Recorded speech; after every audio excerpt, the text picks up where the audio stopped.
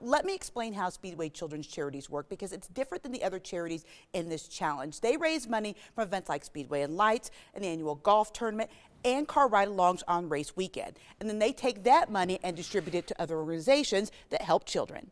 Sometimes watching Corey Russell play is like watching a video game.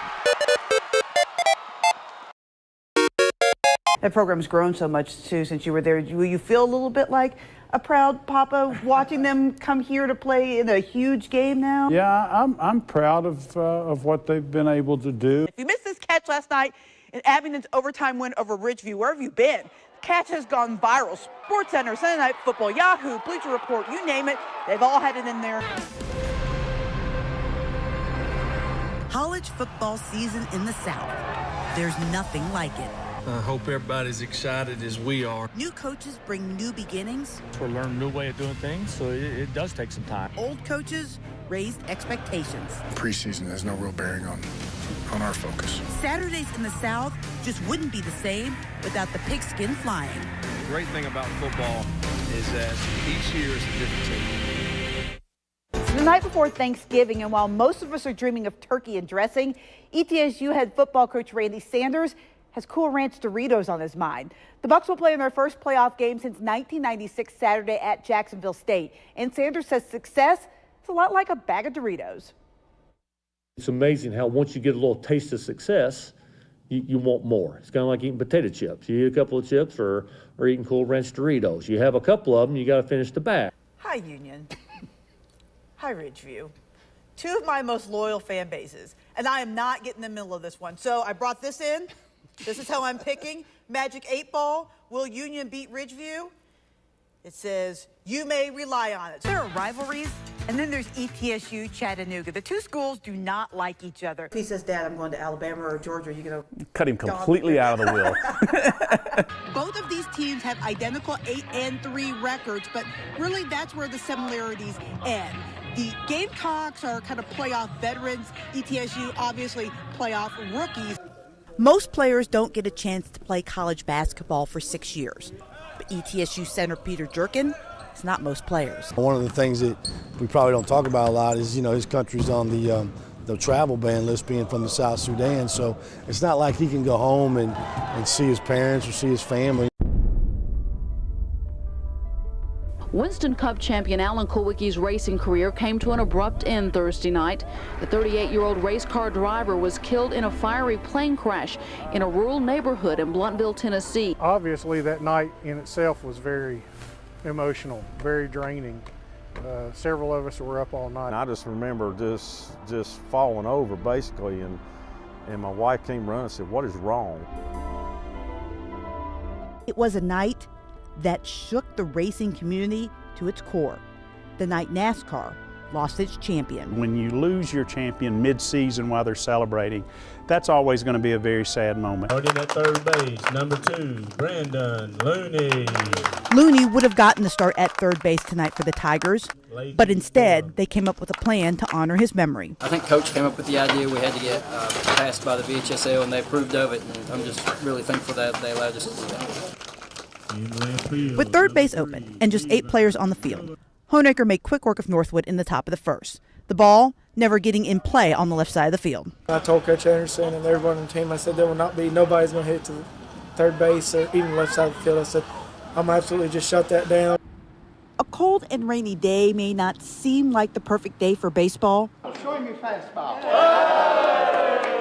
But for 3-year-old Maddox, every day is a perfect day for a game. Balls and trucks are these big things, so I always have been.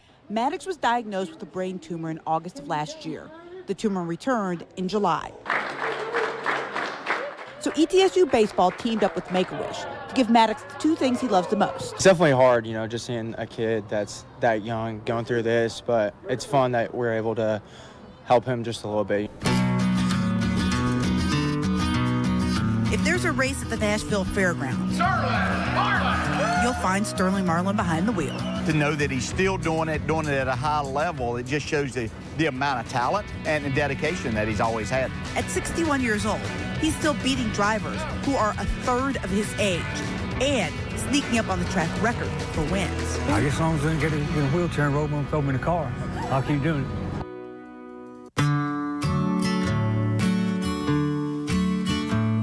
Racing is in Marlin's blood. His dad, Cuckoo, raced 14 seasons in the Cup Series. A young Sterling right alongside him at the track. I knew Sterling from, when we were young guys running around the racetrack with our dads racing, and then obviously watching him come up through then with his dad. Sterling started racing himself on the Cup level in 1983. He won back-to-back Daytona 500s racing for Abingdon-based Morgan McLaren Motorsports in 1994 and 1995. Oh, hard into the wall. Sterling Marlin, a vicious crash. In 2002, he broke his neck in an accident at the Kansas Speedway while leading the points, ending his best shot at a championship. Caution is out. I think that it kind of gets lost. A lot of people just look maybe that are new to the sport and don't realize what took place. He was well on his way to a championship, and was he a championship caliber driver all the time? He certainly was that. Was he Hall of Fame worthy? He did enough stuff throughout his career and with that championship that you certainly would have looked at that. 2 Daytona 500 back-to-back, pretty special. Dad almost won the thing a couple times, but good to win it. Marlin retired from NASCAR in 2010. In 2012, he revealed he had Parkinson's disease, but neither announcement has kept him from racing. I still like racing competitive. They got a good field of cars here, and it's good to work on your own car and bring it up here and be fast with it and something creative you built, and still enjoy doing it.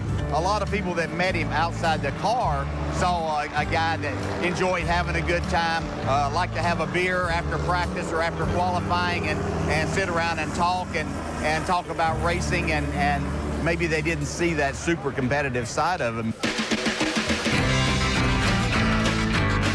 Which is what brings Marlin back out here to Nashville, week after week, still taking on all challengers, still just Sterling. Still drive pretty good, I guess. In Nashville, Heather Williams. They still win. News 5 on Fox.